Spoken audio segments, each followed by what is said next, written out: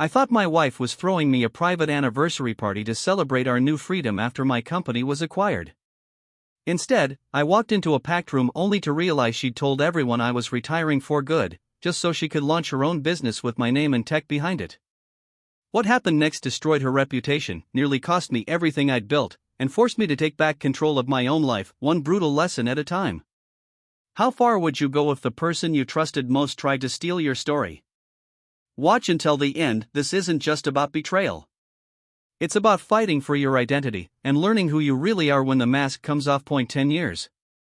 That's how long I spent building that company from scratch. I was 23 when we started, just 4 friends, a shared Google Doc, and the absurd belief we could make something better than what the big guys were offering. Somewhere between sleepless nights, pitch decks, and server crashes, we actually pulled it off. 2 months ago, we signed the acquisition papers. 9 figures. A chunk of it came directly to me, the CTO. And for the first time in my adult life, I wasn't on a deadline. At first, it was terrifying. Like stepping off a treadmill that never slowed down. I kept waking up at 6 a.m., still reaching for Slack like muscle memory. My wife Lydia said it was natural. She was thrilled, said she finally had her husband back. She made me promise I wouldn't jump into another startup right away. You need to rest, she told me one morning over coffee. Just exist. Be human again. Let me take care of things for once. Lydia's always been sharp MBA, great instincts, way more socially savvy than me. She gave up a promising career in consulting to support my startup years ago. Said she believed in me more than she believed in climbing the corporate ladder. I'd always carried some guilt over that. Maybe that's why, when she insisted I take a real break, I agreed. She started planning what she called a private anniversary thing. Just a few close friends, maybe a dinner. She kept the details vague but said it would be good for both of us. I let her run with it. I was still decompressing, trying to reconnect with old hobbies and figure out who I was outside of code and equity calls. But I'll admit, the energy shift at home was noticeable. Lydia was busy. Really busy. Every day she had meetings. She got a whole new wardrobe, started doing 6 a.m. yoga, and talked about branding a lot. It's time I made something of my own, she'd say, with a kind of smile that didn't reach her eyes. One night, I asked what she was working on. Oh, just a passion project, she said. Nothing serious yet. Fair enough, I thought. She gave up a lot for me, it made sense she'd want to find her own footing now. If anything, I was proud of her. Maybe we could finally live the life we used to dream about when we were broke, travel, build something together this time. The night before the party, she had her nails done, hairstyled, and told me to wear something clean but not stiff. I joked that it sounded like I was being dressed for a TED Talk. She just smiled. You'll love it, she said. It's all for you. I had no idea how wrong that was. The venue was downtown, one of those boutique event spaces that looks like a Pinterest board threw up all over it. Exposed brick, Edison bulbs, charcuterie on reclaimed wood slabs. The Uber pulled up to a valet stand with a red carpet. That's when I realized something was off. I double-checked the invite Lydia sent. Just said 7 p.m. Dress nice. We celebrate. That's it. No mention of guests, no RSVP list. I figured maybe a few close friends or old co-workers. Maybe she wanted to surprise me. She did. As soon as I stepped inside, a wave of applause hit me. Applause. Hundreds of people packed the space, old colleagues, our families, college friends I hadn't seen in years, even a few former mentors and investors. And towering above them all, strung across the wall in glittering letters. Happy retirement, Aiden. I just stood there. Stunned. Before I could say a word, Lydia was at my side, beaming like a stage mom at a child pageant. Surprise, she shouted, arms around me, angling my face toward the cameras. You're finally free.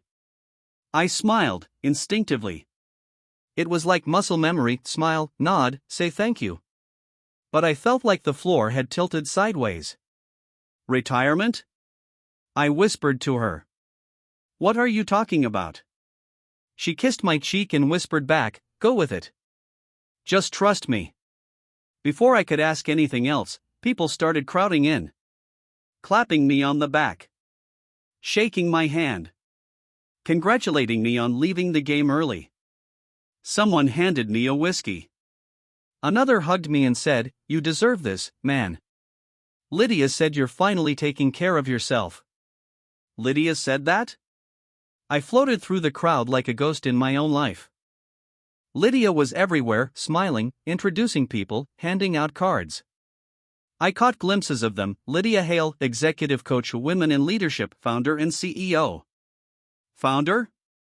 People were treating her like the main event. She gave toasts. She posed for photos.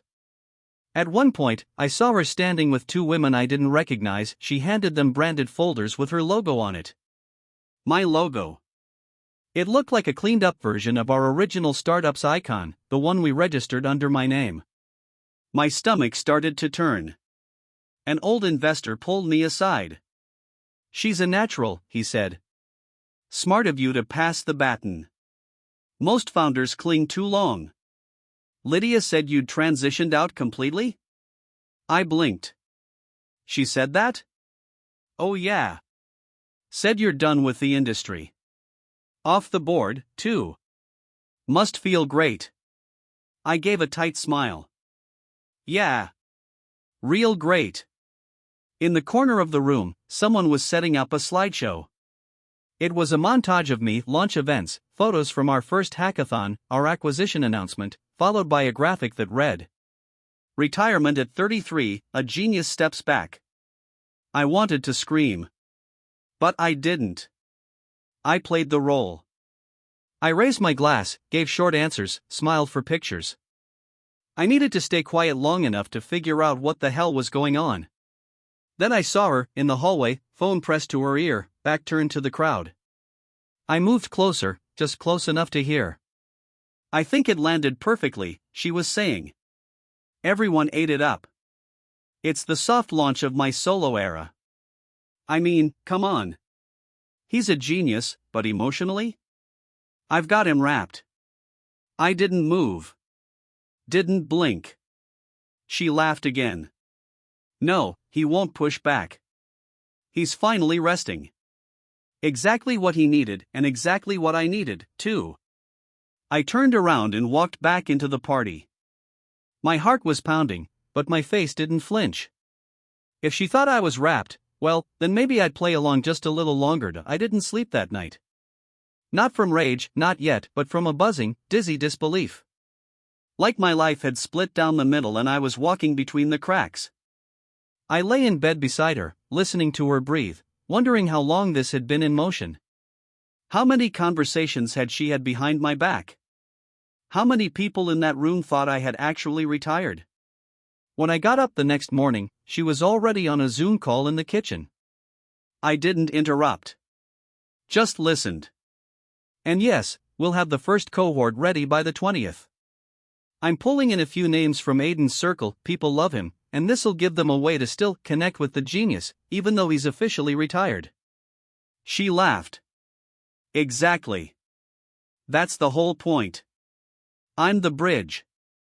My hands were shaking. I slipped back into the bedroom, opened my laptop, and started digging. First, the joint business account she mentioned at the party. Except it wasn't joint. It was under her name only. Opened a month ago. Second, the LLC for her Women in Leadership consultancy. Filed 3 weeks ago. She'd used our home address and listed herself as the sole member, but the kicker? Under foundational technology, she'd referenced a platform that mirrored one of the internal tools I had built at my startup. Proprietary code. Never released. Still under my name. I checked our personal banking. She'd transferred $180,000 from our joint savings into a separate Chase business account. Her name only. Then I checked her recent email log. Yes, I still had access. Investor brunch invites. Slide decks. Media kits. All branded. All slick. all referencing me as the former tech visionary turned family man, now supporting women-led leadership with his legacy. My legacy? That's when I realized this wasn't just a party. It was a rebrand of me. She wasn't asking me to take a break. She was using my burnout as a springboard. Pivoting from wife of the founder to visionary leader supported by her genius husband who stepped back for love. And the worst part? Everyone believed it. Because it looked right. A woman who supported her husband for a decade. A man who finally cashed out.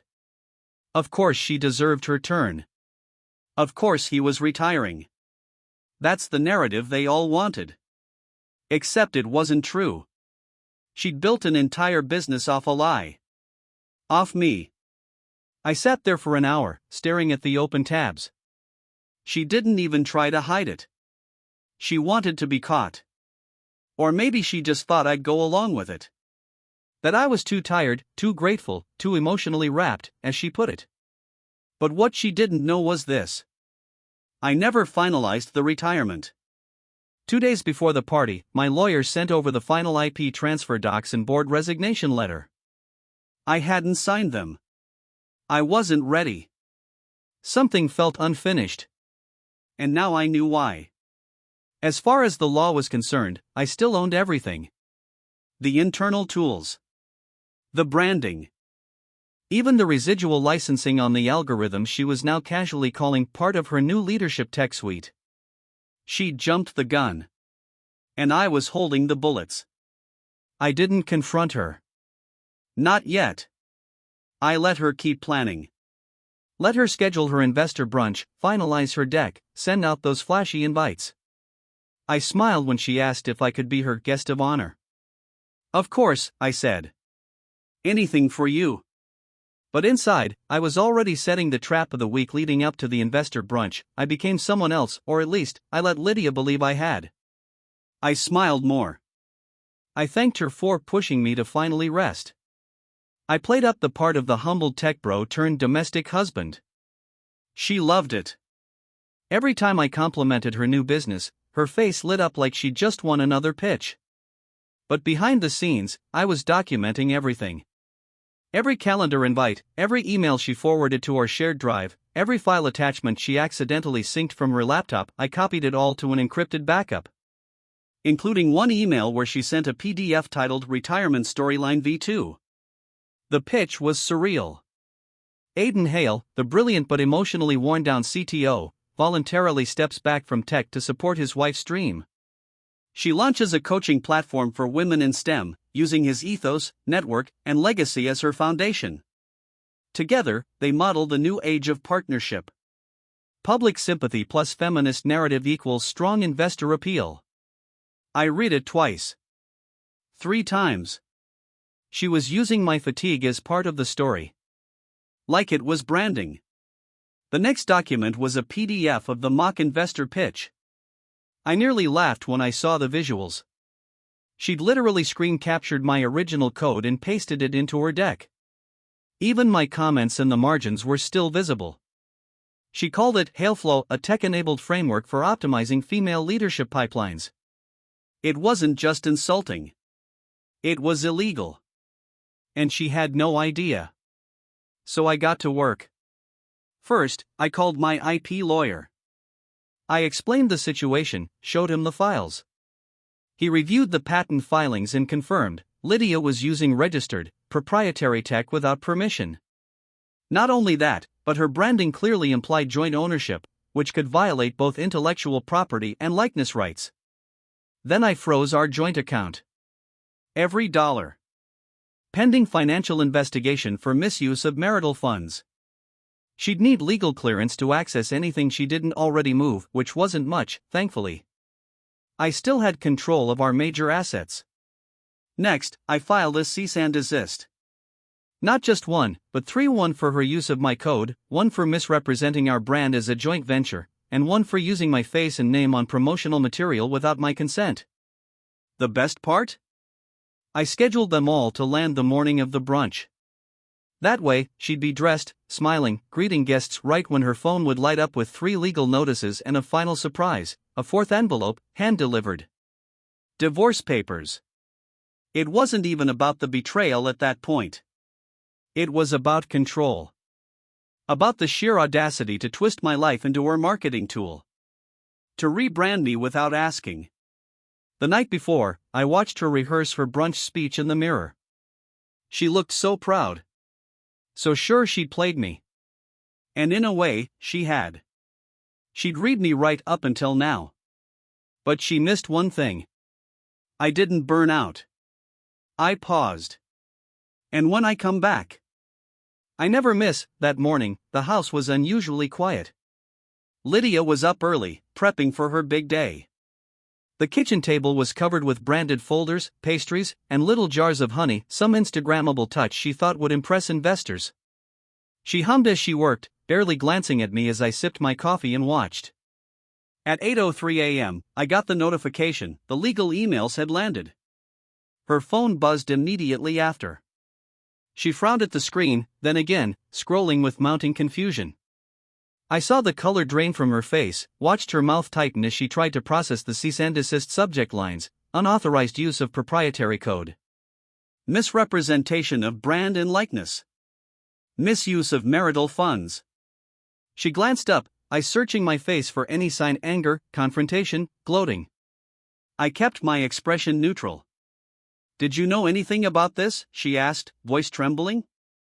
I shrugged. You're the businesswoman now. Guess that means dealing with grown-up problems. She glared, then stomped out of the kitchen. I heard her frantic phone calls to her lawyer, her brand team, her mother. Each one got shorter and more desperate. By 9:15, the doorbell rang. Our process server was early. Lydia came running, silk robe trailing behind her, and opened the door to accept a thick envelope with her name in block letters. The look on her face, betrayal and shock and disbelief, would have almost been funny if it hadn't been so sad. She slammed the door. You're divorcing me? I stood up, heart pounding but voice calm. You didn't want a partner. You wanted a prop. You used my name, my story, my tech, and tried to erase me while I was still in the room. She screamed something about loyalty, about sacrifice, about how she made me who I was. But the words rang hollow. I walked out to the driveway, passing her investors' SUVs as they pulled up. I could hear her trying to collect herself, see her through the window as she plastered on a fake smile and rushed to greet her guests. But the news had spread fast. Within an hour, she was cornered in the kitchen, her brunch table surrounded not by fawning fans but by cautious, skeptical faces. Her phone kept pinging with angry texts, some from friends who'd seen the legal notices on social media, others from confused investors suddenly wary of a lawsuit. She tried to pivot, to sell her vision anyway, but the energy had changed. I drove away before the brunch even ended. Left her standing in a room full of the people she thought she'd impressed. I didn't look back. That night, her social feeds were a war zone. Half apologies, half rage posts.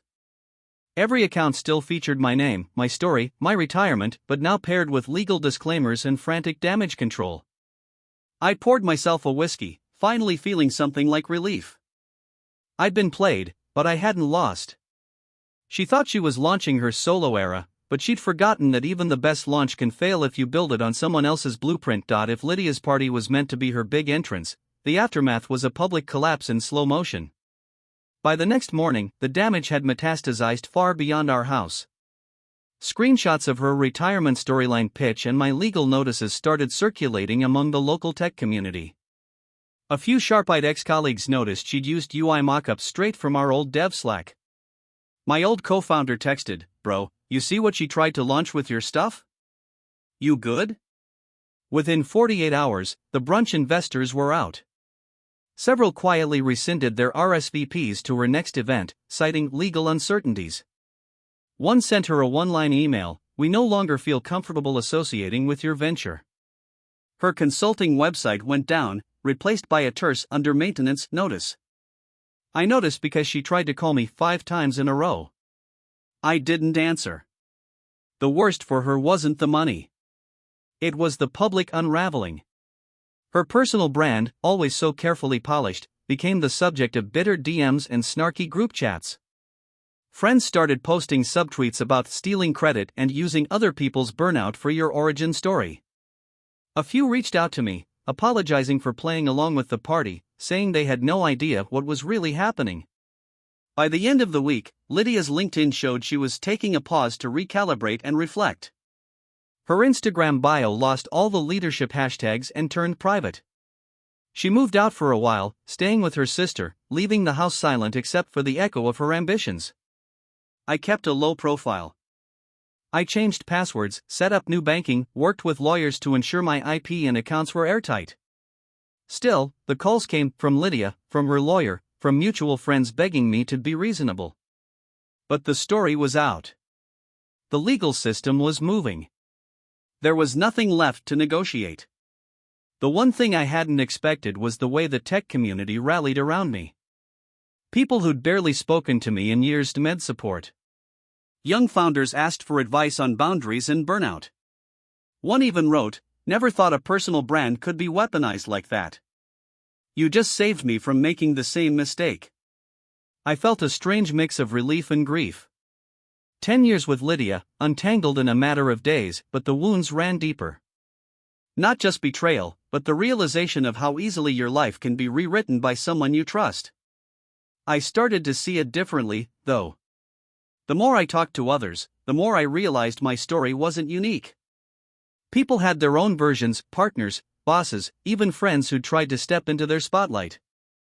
Maybe it was time to stop letting shame or silence define the story. If Lydia had wanted to control my narrative, I was finally taking it back. It took weeks for the noise to settle.